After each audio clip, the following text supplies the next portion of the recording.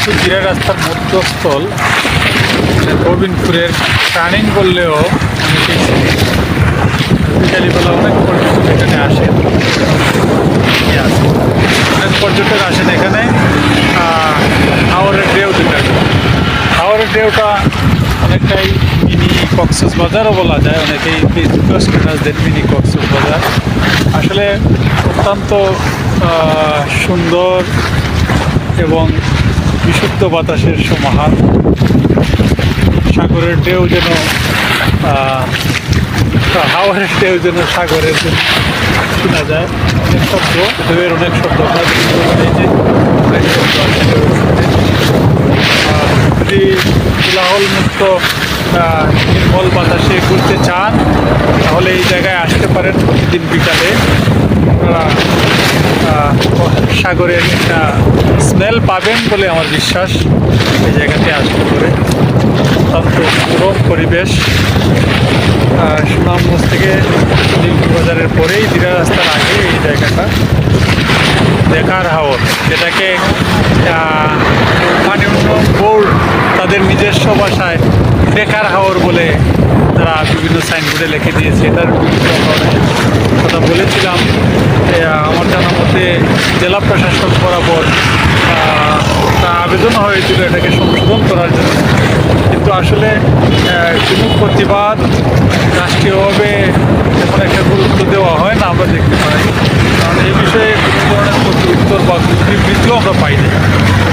কারণ আমাদের মনের ভাষা, আমাদের এলাকার মানুষের একটা হৃদয়ের গাথা হাওর, দেখার হাওর, এটাকে দেখার হাওর বলে চালিয়ে দেওয়া হচ্ছে।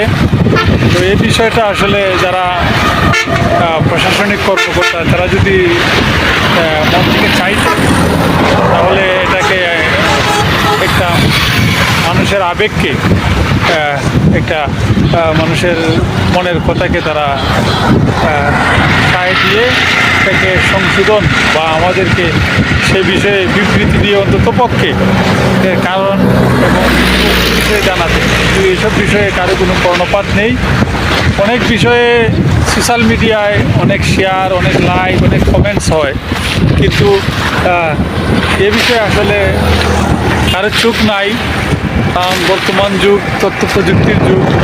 আমরা আসলে আশা করি তথ্য প্রযুক্তির বিষয়গুলো আমলে নিয়ে এগুলাকে কার্যকরী পদক্ষেপ নেওয়া হবে।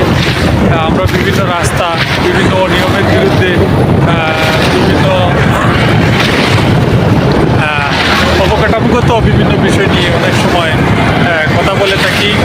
সামাজিক বিষয়ে, সামাজিক অবক্ষয়ের বিষয়ে অনেক কথা বলে থাকি, কিন্তু যারা এইসব প্রশাসনিক দায়িত্বে থাকেন তারা আসলে এই বিষয়গুলো তেমন একটা আমলে নেন বলে মনে হয় না। তো যদি এসব বিষয় আসলে আমলে নেওয়া হতো বা এর পরিপ্রেক্ষিতে যারা এই অনিয়মের বিরুদ্ধে স্লোগান তুলে, অনিয়মের বিরুদ্ধে প্রতিবাদ করে, তাদের প্রতিবাদকে যদি একটু হলেও, আমি বলবো না যারা প্রতিবাদী তাদেরকে সম্মান দেওয়া হোক, তাদেরকে সামাজিক মর্যাদা দেওয়া হোক, কিন্তু এগুলো দেওয়ার কোনো দরকার নেই।